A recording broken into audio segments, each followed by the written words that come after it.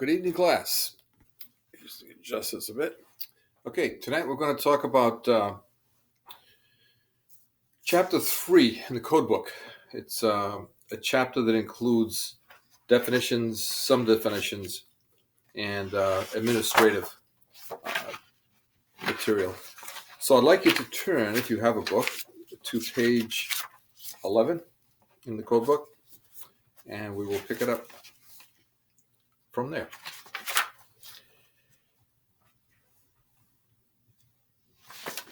Okay, starting at the top of page 11, they have they got scope and application, and really there's not a whole lot there. You can take a look at that yourself. But starting with the definitions, a few things that apply to you. What is an apprentice plumber? Person not less than 16 years old, working under the direct supervision of a master or a journeyman plumber who is in the employ of a master plumber. Okay, so there it is spelled out. You cannot work under the supervision of a journeyman who is not employed by a master. Okay, that doesn't count. And direct supervision, here's a definition of that. Direct supervision is on-site and present during the conducted work. Example, what happens? Inspector shows up on a job, especially unexpected, early, or whatever, and you're there without your boss. Well, sooner or later it might happen. And the boss just left to take care of something. Got a phone call. He said he'd be right back. Well, you might get away with that for a while, but after a while, the inspector will catch on that you are not working unsupervised. You're working unsupervised. Also, I don't think it says it right here, but you can only have one apprentice per journeyman or one per master. Unlike Rhode Island, it used to be, I believe it was 5-1, the ratio over there. An inspector, there's two types. There's the local inspector, who you're all familiar with. They're employed by each city and town. The bigger the city or town, the more inspectors, obviously, and the more likely they are to be full-time, which also means they won't be working in that town. I was a part-time inspector, and it was required in that town, which was in Rhode Island, that the inspectors not work in the town. That was the town's choice. I didn't like it at first, but after a while I realized it was a very good idea. Okay, there's also a state inspector. Now, they don't mention it here, but the state inspector, I believe there's only two, and they only talk about him inspecting state buildings and the like, but they also will come out to settle problems between the local inspector and the plumber who holds the permit. Now, I have never been involved in one of these issues, but if you do get involved, it better be worth it, because if you lose, well, you lose. But if you win, the inspectors are not going to be very happy the next time you come into town. So you got to think about that. And on page 12, they do mention each city and town has its own inspector. The permit is issued by the local inspector. It doesn't say anything about the inspector's secretary or anybody else in the office. If they have a procedure where the clerk might have a stamp with the inspector's signature on it, and they use that to issue the permit, that's their business. But the book doesn't say anything other than the permit is issued by the inspector himself or herself. Okay, I haven't done it, but I understand you can do it online now. Get a permit. You'll have to follow the procedure in each city and town. Also, I didn't see it right here, but every time you go into a new city or town, especially like a place you've never been before, you might have to register. You will have to register with the town. You probably have to fill out some paperwork so you are on file as a licensed person doing business in that town. That was going on years ago, and from what I understand, it still is. So be ready for it. And also as a matter of good business, I would say to introduce yourself to the inspector, even if the permit is issued by someone else. Make an appointment to see the inspector, tell him what you're doing, and so he can see you. It works a lot better when you're actually a person one-on-one versus just a name on a piece of paper. Okay, they also use a word in the book called a principal. That would be the license. This is on page 12, by the way. This is a licensed plumber or master gas fitter who's in charge of the plumbing operations of a business entity.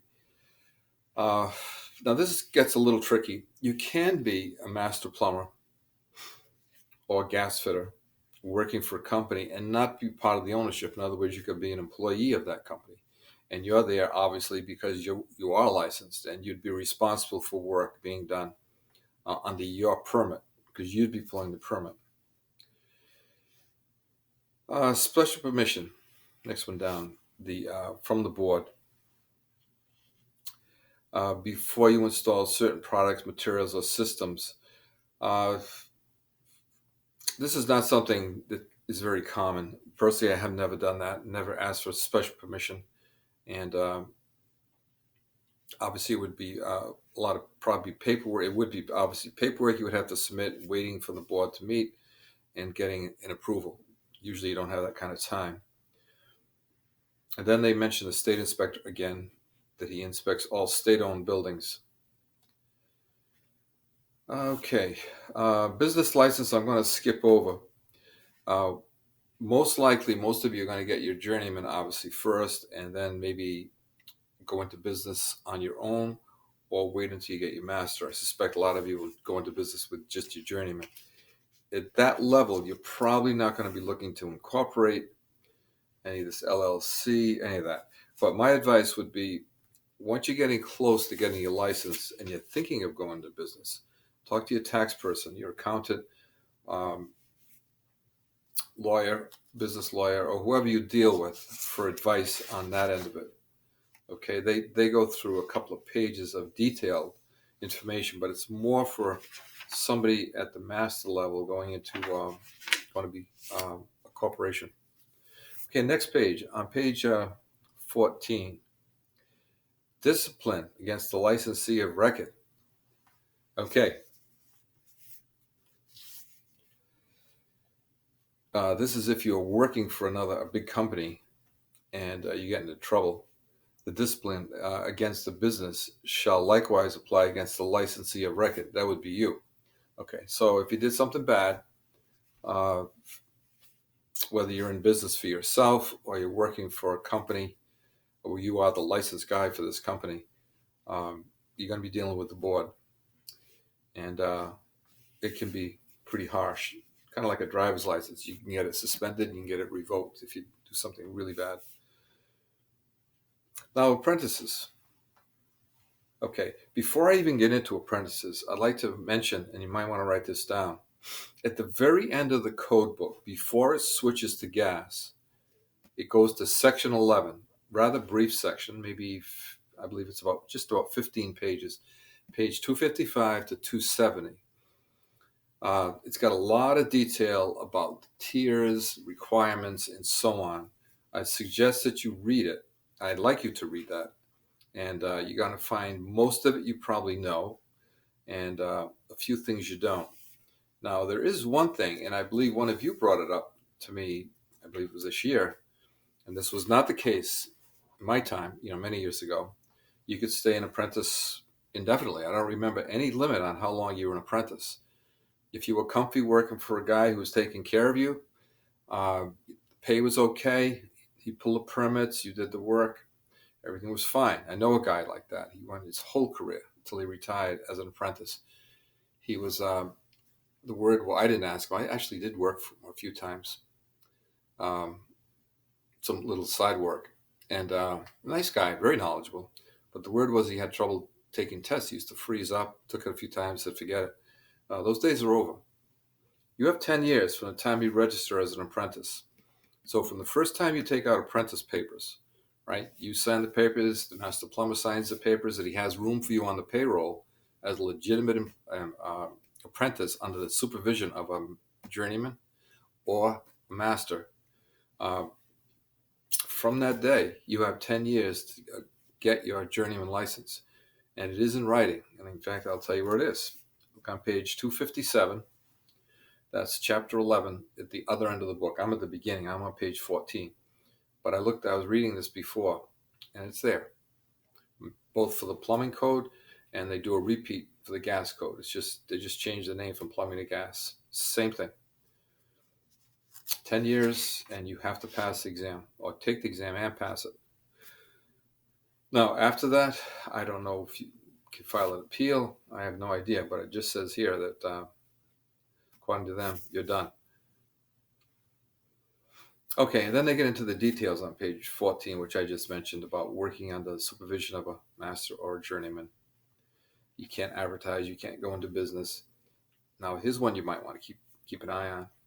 Retain all your W-2 records. Now, some people, my mother was like that. She had paperwork that went back to when I was in first grade. She passed away a few years ago.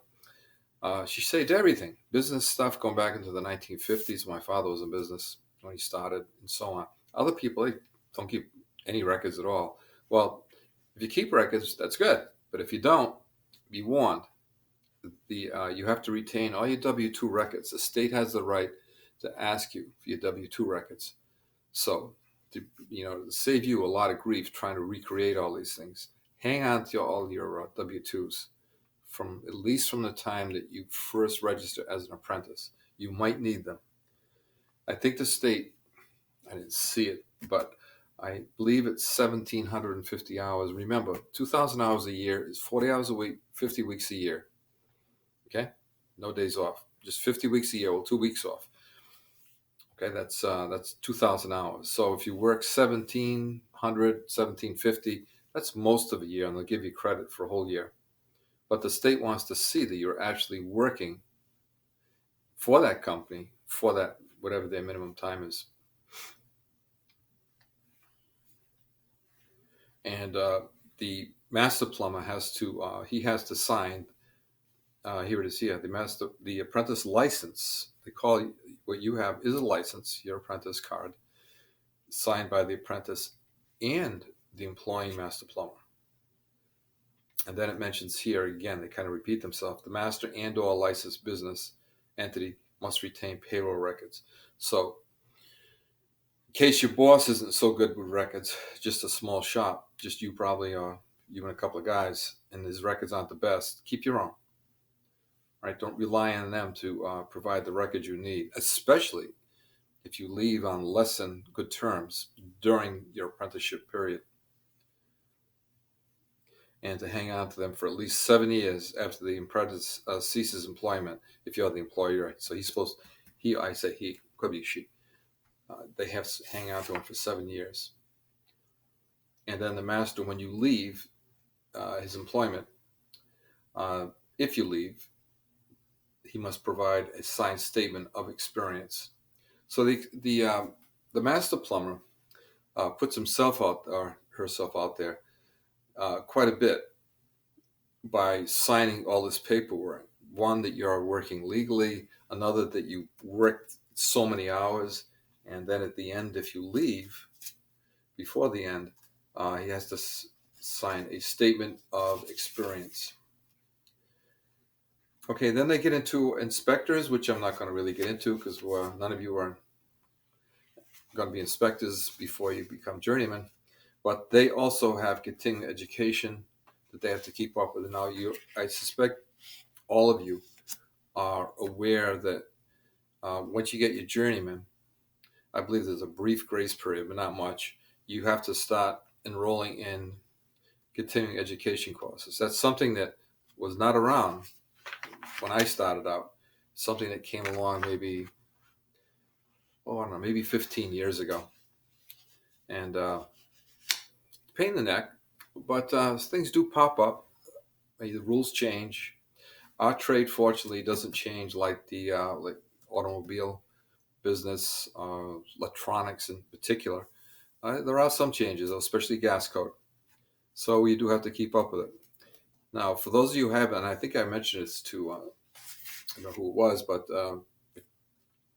if you do get your journeyman license, you do have to keep up with the renewal. Now, I understand that when this first came out, some people blew it off, and the state came down on them and wouldn't renew their license. So they out of luck, right? They're really up a creek because what they did by refusing to take the courses, then they had to enroll and take the courses while their license was suspended. So that can be very difficult, especially if you're trying to run a business. So don't blow it off. Pay attention to the deadlines. And then they mention if you're bad, you get into trouble with the police. Civil traffic offenses or dismissals, you're okay.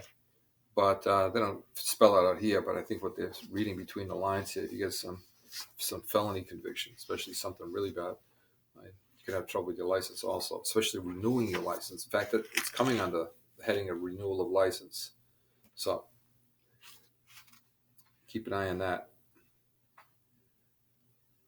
Okay, variances.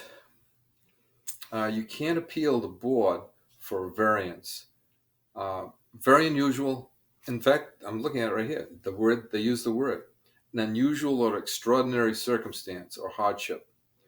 The one I'm thinking of doesn't sound like an extraordinary hardship, but we talked about it earlier. Remember automatic vent, what you guys call, or we all call a ProVent? If you want to use a ProVent, according to the book, you're supposed to notify the board. Now, whether anybody has ever done that, I don't know. My guess is that if you somehow could do a survey, most people wouldn't admit to using them, but if you could do a survey, you'd find that nearly all of these ProVents go in quietly with no inspection. Okay, I'm not telling you how to use them. All I'm telling you is this. ProVents are not normally dealt with by the board.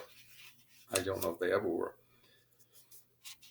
Okay, another one. There's a few things. I'm not saying that this stuff isn't important. And in chapter, I believe it was 11, it mentions that you are responsible for everything from the first page of this book to the last page, and also OSHA.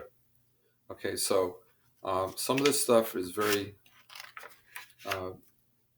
very dry, to say the least. Good to read if you can't sleep, but it all could be used as a license for license exam question. Okay, so don't exclude any particular chapter because you find it extremely boring or something, because you might just get a question from it. All right, I'm going to move on to. I'm going to skip right over these materials, special tests, and all that.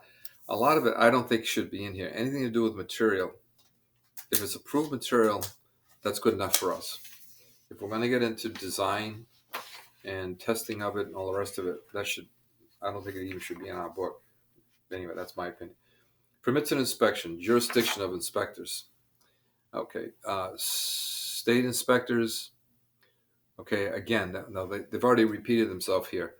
So I'm not going to cover that again. Local inspectors cover the jurisdiction they're in. They don't go over town or city lines. They work just in that town. Now, I actually worked in Little Compton, and this is an interesting one because sooner or later some of you guys might be inspectors. And I had a fellow inspector that worked in Tiverton, and good guy, really good guy. He's older than me. He worked for Montel Plumbing, and he did part-time inspections in Tiverton. And my problem was my father was still working, and he occasionally did a new house or something in Little Compton. That was all kind of awkward, and I really didn't want to inspect that. And he didn't want to inspect work by his boss. Now, he was the estimator for the company, so he wasn't out with the tools anymore. Those days were over for him. But still, he shouldn't have been inspecting his boss's work. So we got together and we talked with our bosses, which would be the selectmen, town councilors, or whatever they call them. And I got my town council to approve letting him come in to inspect work, especially for my father or anybody else that I was too close to. And in return, his council over in Tiverton let me go over to Tiverton to inspect work that his company had done, Montel Plumbing, which I don't know if they're still in business. I don't think so. In any case, it only happened once. It was work at I think it was a middle school. and I went in and inspected it, and it was only a relatively small job that they had wisely taken a permit out for. So that can happen. But normally you do not cross town lines, city lines. Whatever town employs you, that's where you work, and that's it. You don't have a jurisdiction anywhere else. Now, they mention emergencies. Now, what I just mentioned is probably something you won't see in this lifetime, maybe once or twice if you become an inspector. But this one here, an emergency, these happen all the time. Let's face it. You get phone calls at all kinds of hours and holidays, weekends, whatever. And you got a water heater that gives out in the middle of the winter, and you got a family with some very young kids or some really old people. What are you going to do? Wait till it's Friday night? You're going to wait till Monday to go pull a permit? No. You're going to take care of it and then get the permit later. And they make an allowance for that. And it has to meet all the testing required, and that you notify the inspector at the earliest opportunity, which would be like the next business day. And it says that right here, no later than the next working day. And you put it in and get your inspection. Okay, so it is covered. Emergency installation. Don't think that just because it's an emergency you can't help somebody out. You can. Now this one here I used to bump into quite often as an inspector, because I was also a building inspector. It was kind of a small, very small town, and I did all the inspections. But this one used to pop up from time to time. Now you might see it if it's something that's like really involved. In fact, we get into gas pressure. If gas pressure is in excess of the usual half pound or less, like a high pressure installation, you don't really want to touch that, and neither does the inspector. So you might want to get some engineered plans. And it says here, the inspector may require the applicant to submit a set of construction or engineered plans. All right, it happened quite often for building, and even for plumbing and gas, it could. Gas, like with your pressure, is too high. And once you have an engineer with a set of plans for the job that you're doing, now maybe you're just putting in a bid on a job, we'll say at a new school or something. Those plans have already been approved, and they got engineering stamps, architect stamps to get all of that done. So you're just taking out a permit to do what they've already detailed. Okay, so this one here, you're not getting paid to do any engineering. Remember that. Engineering beyond what this code covers, which really is half pound gas. And give you an example. When I was a building inspector, it was mostly residential stuff, which at the residential level, the building isn't that tough to deal with. But they had some steel going in. It was, I think it was a steel beam. It was a steel beam, and which meant it was steel, so it could span a great distance. Big I-beam. And so I went into my building code, and I'm looking for steel. This is when I first got started as an inspector, and I'm fanning the pages. Nothing. Plenty of information about wood. Called the state. My contact person there was the assistant building commissioner. He was he knew everything. It wasn't until I knew him for a couple of years I found out that his background was either architecture or electrical. But he knew all the trades. I didn't ask him, of course, about plumbing, but occasionally something about heat, electrical, building would pop up, and he always had an answer. Any case, he told me that the reason there was no steel in the building code book was because he didn't want the local inspectors, me and whoever else, what other city and town inspectors in Rhode Island were out there, to get involved in engineering. He says that's why the steel is not in there. He says if you have steel, you get an engineer's letter with the stamp. Okay, and I did.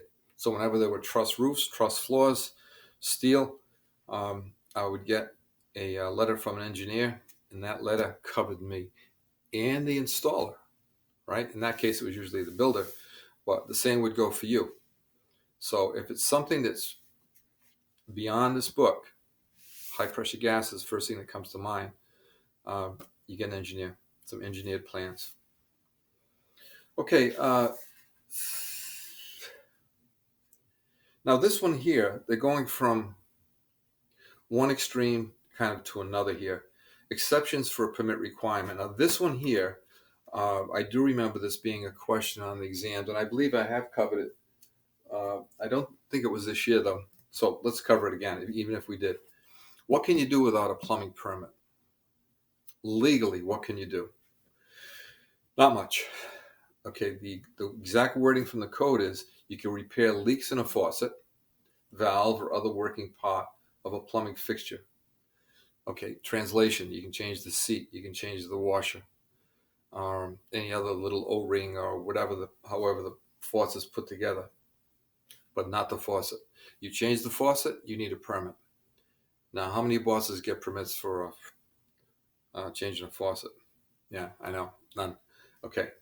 In fact, the inspector would be wondering why he did. Now, when I was an inspector, I did that for, I don't know, 7 or 8 years.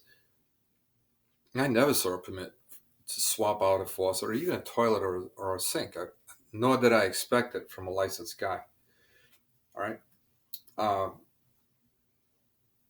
so, what else can you do without a permit? According to the book, you can clear a stoppage, Roto-Rooter. You can plunger, snake. That's it. And also, you can adjust gas appliance controls when the set adjustment does not require any changes to the connection of the gas supply. I'm surprised they let you even do that much. Okay, I guess. Well, I'm going to leave that one alone. Uh, you can take that as far as you're comfortable, but be careful with gas appliance. Now, remember, if you do any of these things and there's a flood, or in the case of the gas, there's an explosion or a fire, you're not licensed. That means there's no way you could have insurance because no insurance company is going to cover an unlicensed person or company. Okay, because you shouldn't really be doing the trade without a license. So remember that. If you're out there doing a little bit of moonlight work, like just about everybody does before they get their license, um, you're on your own. Should something go wrong. Also, don't forget, for those of you who are pretty new in the trade, let's say you do a job and somebody doesn't pay. You just put in a new bathroom. You spent 2 or 3 weeks working nights, working pretty hard, you know, put in a whole new bathroom at the other end of the house. Really difficult. Did a nice job. And now they're giving you a hard time about paying, or at least paying the whole bill. They know they got you over a barrel. You can't really, where are you going to take it to? Kind of like a bookie saying you got stiffed. Okay, it doesn't. Unfortunately, you're very vulnerable. You don't have insurance, nor you have any legal recourse to go get paid, get your money. So watch out for that. Get your money in it, as much money as you can as the job progresses.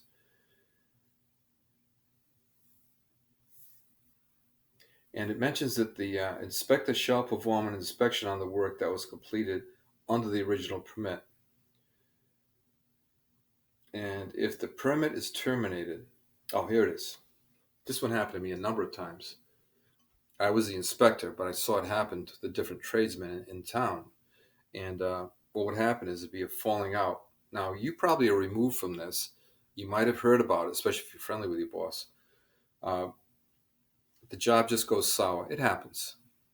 Things, misunderstandings, you just get too busy, you blow them off for too long, the guy just doesn't pay you. Whatever the reason is, you're leaving the job. Okay, here's what you do. A legitimate job with a permit out. Don't just walk away. You got to notify uh, the inspector. You send a written notice to the inspector who issued the permit number, description of the work, and the work not to be completed. Okay, I don't even remember that letter when I was an inspector. What I remember is getting a phone call. Hey, the job went south. I needed this, what I would do is I'd just go out there. Now I knew all the guys, the local guys. It's a small town, and you had to treat everybody the same too. Another thing you got to be careful of. What I would do is I would go out to the job, and it says here in writing, a little more formally than I'm telling you, but you go out to the job as an inspector, and you inspect what's been done, and you write it down. Okay, so that tradesman who had the permit walks away. This is what I inspected, and you make a note that everything was like up to code as of this inspection. Okay, now the next person comes in. They pick up a permit for what's left. They are not responsible for what was done, only what's left. Now here's the part where it gets tricky if you become an inspector. So just take it from me. The guys that got stiffed, I knew very well. It was only several in 7 or 8 years, and I believed them. You know, their version. Of course, they might make themselves look a little better, but it was usually pretty cut and dry what was going on. They weren't getting paid was the usual problem, and I could not hold up the the issuance of the next permit. If that person wasn't getting paid, that wasn't my concern. In the state, one time I talked to the guy at the state, that official I told you about, and he said to me, and this is a quote: "Do not get involved in the contractual relationship between the owner and, in this case, the licensee." I guess that would be plumbing or electric or the builder. Okay, don't get involved. That's not your job. It's not covered in this code book. So if I go outside the code book being a good guy and something comes of it, they can come after me, because the insurance the town has on me only covers what's in this book. So if those of you who go on and get your license as an inspector, don't forget that. Don't ever work outside of the jurisdiction of what's spelled out clearly in this code book. And being a mediator or whatever, it's not part of it. Okay, so unfortunately, what I would do is I would inspect it, and I had to issue a permit for the next person coming in, which really cut the legs out from the guy going out to get paid. I wish I could have held up the permit, but I could not. So when you guys do get your license, just because you're buddies with the inspector or you know him, don't think he can do you any favors like that. Legally, he can't. He might be able to bluff somebody, but if push comes to shove, he gets in trouble. Okay, moving on. The working time for permit, I know we've mentioned this numerous times, but they mentioned here, is 2 working days. So you call up today, the inspector should be there by Wednesday. Now they mentioned about covering up, and they get into all this language. Sounds like the lawyers wrote it. My advice is, just because 2 days have gone by, don't decide that on Thursday morning at 8 o'clock you're going to have some dirt or gravel or whatever dumped, and you're going to fill up that trench, or have the builder fill it up. It doesn't work that way. Even though it says 2 working days, always call and cover yourself, right? Sometimes it didn't happen often, but if it was my fault because I was part-time, I couldn't get there within a reasonable time, I'd tell them on such and such a day, cover it up. Now, I didn't say I wasn't going to see it, but I think they could tell it. If I saw it, I saw it. If I didn't, I didn't. I told them, if I have any questions or any comments, I'll call you. Never had a problem with that. And I'm trying to think now if anybody ever covered it up in advance. Just 2. One of them I took to the state level, and the other one went to court. Okay. Let's see. Now, I know we did a chapter on permits, and I just realized we're running on to 40 minutes, so I better cut it off here. We'll pick it up and wrap this up. So I will see you on the other side.